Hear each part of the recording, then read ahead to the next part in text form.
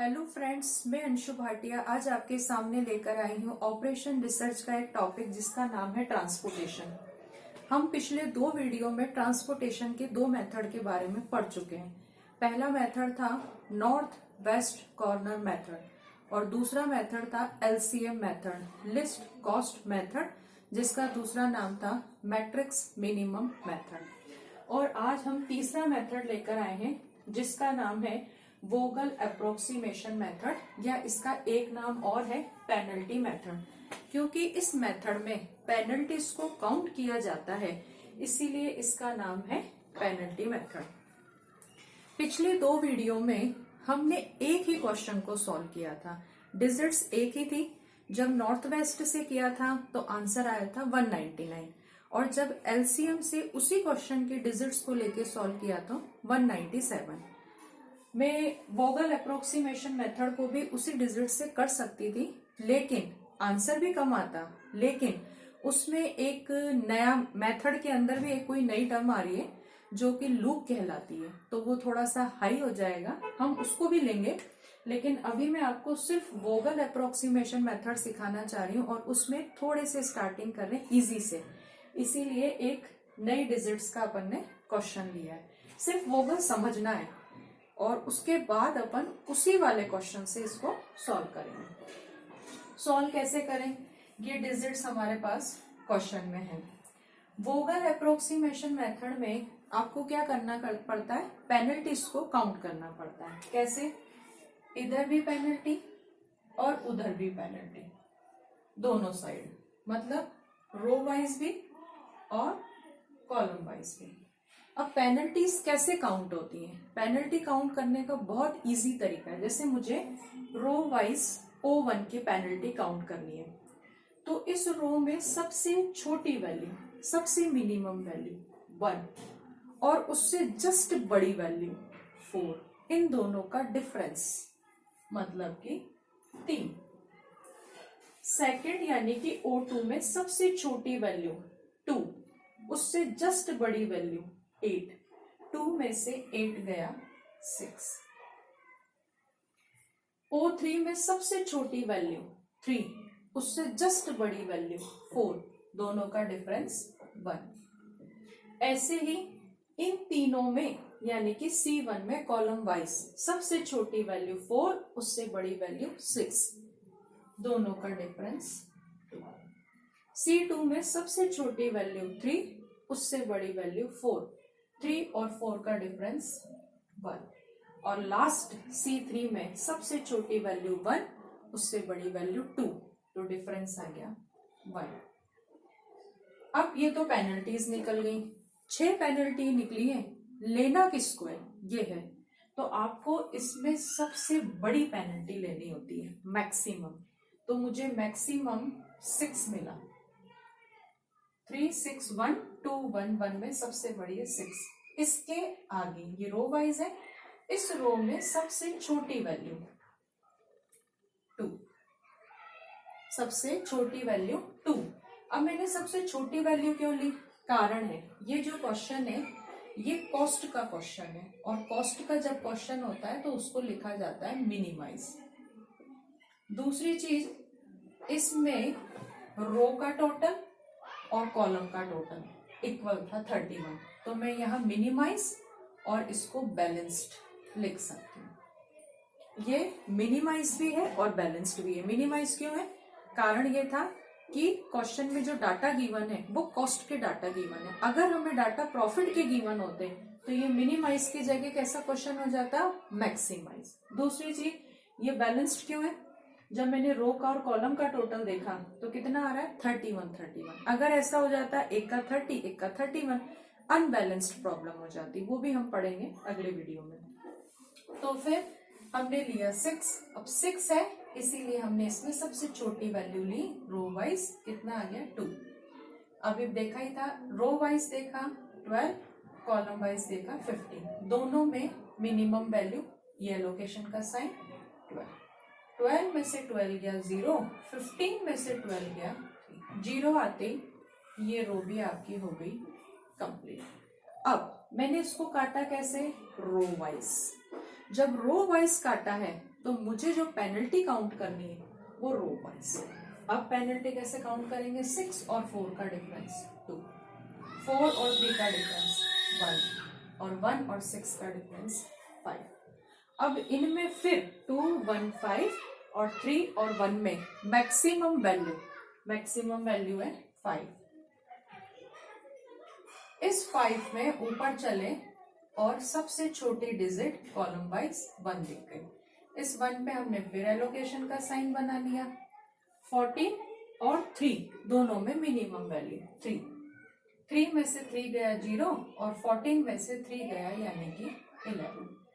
0 आते ही इसका काम भी हमारा हो गया फिनिश। अच्छा, पहले कैसे कटा था? Row wise. अब कैसे कटा है? Column wise. तो पेनल्टी कहाँ काउंट होगी? Column wise. जैसे 6 और 4 का डिफरेंस 2, यहाँ कोई पेनल्टी काउंट नहीं की जाएगी क्योंकि ये पूरी रो कट चुकी है। अब 4 और 3 का डिफरेंस 1, तो अब कितनी पेनल्टी बची? 2, 1, 2 और 1। मतलब रो वाइज भी 2 और कॉलम वाइज भी 2। आप किसी भी एक 2 को ले सकते हैं। जैसे कि मान लो मैंने इस 2 को लिया, इस 2 में मुझे रो वाइज छोटा मिला 4 पे 11 और 10, मिनिमम क्या है 10। 10 में से 10 गया 0, 11 में से 10 गया 1। ये 0 आते ही इसका काम भी हमारा खत्म। अब मैंने ऐसे काटा है, कैसे? Column wise. तो मुझे पेनल्टी इधर काउंट करनी चाहिए थी, लेकिन अब पेनल्टी काउंट करनी नहीं है हमें। रीजन, 2 ही डिजिट बची। जब 2 ही डिजिट बचे तो आपको पेनल्टी काउंट करने की आवश्यकता नहीं है। अब हम क्या करें, क्योंकि पेनल्टी निकालेंगे कैसे? इधर की तरफ पेनल्टी निकालने के लिए 2 डिजिट तो होनी चाहिए। तो 6 और 4 में जो पहले वैल्यू थी यानी कि 6, इस पे मैंने बनाया एलोकेशन का साइन। 6 के सामने कितना था हमारे पास? 1 और इधर कितना था? 6। दोनों में मिनिमम 1 में से 1 गया 0 और 6 में से 1 गया 5। ये 0 आते ही इसका काम भी खत्म। अब मेरे पास बचा 4।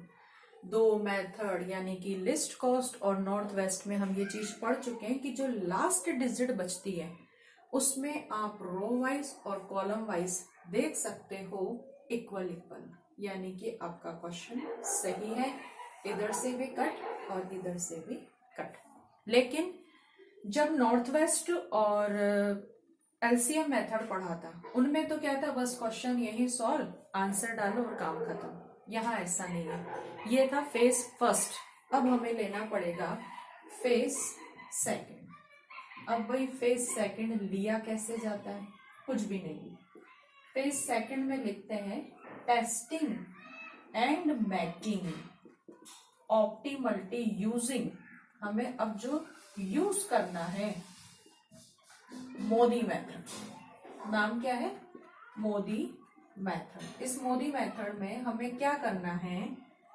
हमें m लेना है और n लेना है। अब ये m क्या होता है, n क्या होता है? m होता है नंबर ऑफ रोज और n होता है नंबर ऑफ कॉलम्स। अब इस क्वेश्चन में हम ये ढूंढें कि नंबर ऑफ रोज कितनी है? 1, 2, 3। कॉलम 1, 2, 3, ये मैंने डाल दिया 3, 3। अब मुझे चाहिए रिक्वायर्ड एलोकेशन। तो भाई रिक्वायर्ड एलोकेशन का एक फॉर्मूला है। फॉर्मूला क्या है?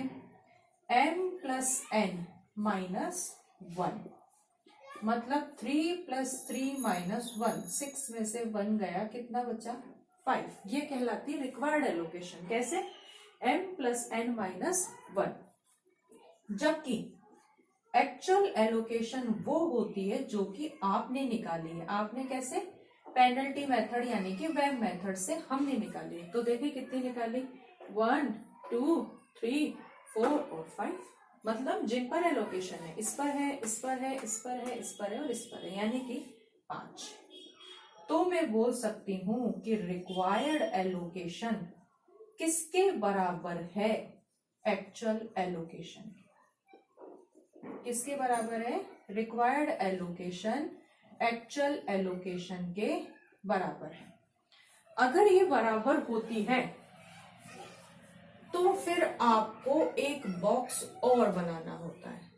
क्या करना होता है, एक बॉक्स और बनाना होता है। कौन सा बॉक्स, इसी बॉक्स को वापस बनाना है। C1, C2 और C3। 6, 4, 1, 8, 9, 2, 4, 3 और 6, और जिस पर जहां जहां एलोकेशन थी उस पर वो एलोकेशन भी हम डाल देंगे। जैसे ये एलोकेशन, ठीक है। अब जब रिक्वायर्ड एलोकेशन एक्चुअल एलोकेशन के बराबर होती है तो हमें अगला क्या करना है, बॉक्स बनाना है। अब इस बॉक्स के बाद क्या करना है, इस बॉक्स के बाद हमें क्वेश्चन में μ1, μ2, μ3, v1, v2 और v3 ये चीजें निकालनी है। कैसे निकलती हैं, एज्यूम, बिना एज्यूम के नहीं सॉल्व कर सकते। एज्यूम क्या है, μ1 क्या मानना है आपको, हमेशा 0, ये है 0। इसको थोड़ा सा ध्यान से देखिए, हल्का सा ये टफ है। कैसे, यहाँ 0 है। 6 पर कितनी एलोकेशन है, 1। कितनी एलोकेशन है, इसको छोड़ो, 6 पर एलोकेशन है। 0 में ऐसा क्या जोड़ा जाए कि 6 आ जाए, 6। तो आप चेक कर लो, 0 + 6 = 6। अब 0 में ऐसा क्या जोड़ू कि 4 आ जाए, 4। 0 में ऐसा क्या जोड़ू कि 1 आ जाए, 1। अब जैसे आपको v3 दिखा है, आप इधर से μ2 निकाल सकते हो। कैसे, इन दोनों का टोटल 2 आएगा। तो v3 तो 1 था ही सही, इसका मतलब μ2 कितना होगा, 1। 1 और 1 कितना आ गया, 2। एलोकेशन नहीं देखना, एलोकेशन नहीं देखनी, ऊपर की डिजिट्स नहीं, अंदर की देखनी है, गोले के अंदर की। अब नीचे चले तो यहां मैं ये वैल्यू निकाल सकती हूँ μ3। कैसे, मेरे पास v1 कितना है, 6। माइनस की भी आ सकती है, जैसे यहाँ है 6 और यहाँ है 4। 6 में क्या प्लस करूं क्या माइनस करूं कि 4 आ जाए, तो माइनस का 2। अब आप चेक कर लो, 0 + 6, 6, 0 + 4, 4, 0 + 1, 1, 1 + 1, 2 और -2, 6 में से -2 गया, आ गया। इसके बाद हमें निकालनी होती है अपॉर्चुनिटी कॉस्ट। कौन सी कॉस्ट, अपॉर्चुनिटी कॉस्ट। कैसे निकलती है, जिन पर एलोकेशन है उन पर कभी भी अपॉर्चुनिटी कॉस्ट नहीं निकलती है। अपॉर्चुनिटी कॉस्ट उन पर निकलती है जिन पर एलोकेशन नहीं हो। जैसे ये कहलाता है डेल्टा 11, ये 12, ये 13, ये 21, ये 22, ये 23, ये 31, ये 32 और ये हो गया हमारा 33। तो मैं शुरुआत कर रही हूँ आपकी डेल्टा 21 से, क्योंकि इन पर तो एलोकेशन है, एलोकेशन पे तो हम निकाल ही नहीं सकते। तो हमने शुरुआत करी डेल्टा 21 पे। कैसे, रो में देखो 1, कॉलम में देखो 6। 1 + 6 इन दोनों को जोड़ा और बॉक्स के अंदर वाले डिजिट को माइनस करा, तो 1 + 6 - 8 माइनस का 1। डेल्टा 21 के बाद डेल्टा 22, 1 + 4 यानी कि 5, 5 में से 9 गया, माइनस का 4। फिर डेल्टा 32 कैसे निकलेगा, -2 + 4 और माइनस का 3, माइनस का 1। और लास्ट डेल्टा 33, -2 + 1 माइनस का 6, माइनस का 7। ठीक है। अब अगर यहाँ कोई भी डिजिट, एक भी डिजिट प्लस की आ जाती, इसी क्वेश्चन को आपको आगे और सॉल्व करना पड़ता। अभी मैंने कहा था ना वो लूप आते हैं, वो कंडीशन हो जाती। लेकिन यहाँ कोई भी वैल्यू हमारे पास प्लस में नहीं आई, इसका मतलब क्वेश्चन को अपन यही फिनिश कर सकते हैं। लेकिन लिखते कैसे, क्या लिखेंगे, सिंस नो पॉजिटिव वैल्यू, क्या, since no positive value and no chance for further improvement, no chance for further improvement, so solution is optimal solution। मतलब इसके आगे और कुछ भी नहीं करना है हमें, बस अब हमें आंसर लिखना है, यही कहलाएगा आपका ऑप्टिमम सॉल्यूशन। अच्छा, अब आंसर लिखने के जो तरीके थे वो हम दोनों वाली वीडियो में यानी दोनों मेथड में देख चुके हैं। अब हम शॉर्ट में आंसर लिखेंगे। शॉर्ट में कैसे?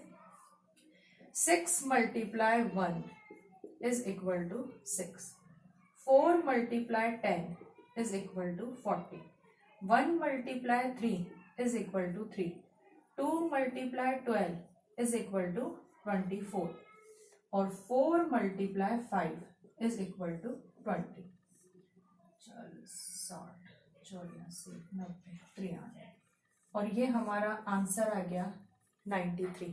तो ये था हमारा वोगल अप्रोक्सीमेशन मेथड, यानी कि दूसरा नाम पेनल्टी मेथड। बहुत इजी मेथड है और आज हमने इसमें जो वैल्यूज ली थी वो ऐसी वैल्यूज ली थी जिसमें अपॉर्चुनिटी कॉस्ट आपकी एक भी प्लस की नहीं आई। जब प्लस की आएगी तो लूप बनेगा, वो हम नेक्स्ट वीडियो में देखेंगे। और मुझे लगता है आज आपको मेरा वीडियो अच्छा लगा होगा। अगर अच्छा लगा हो तो प्लीज़ इसे लाइक, शेयर और सब्सक्राइब कीजिए। Thank you.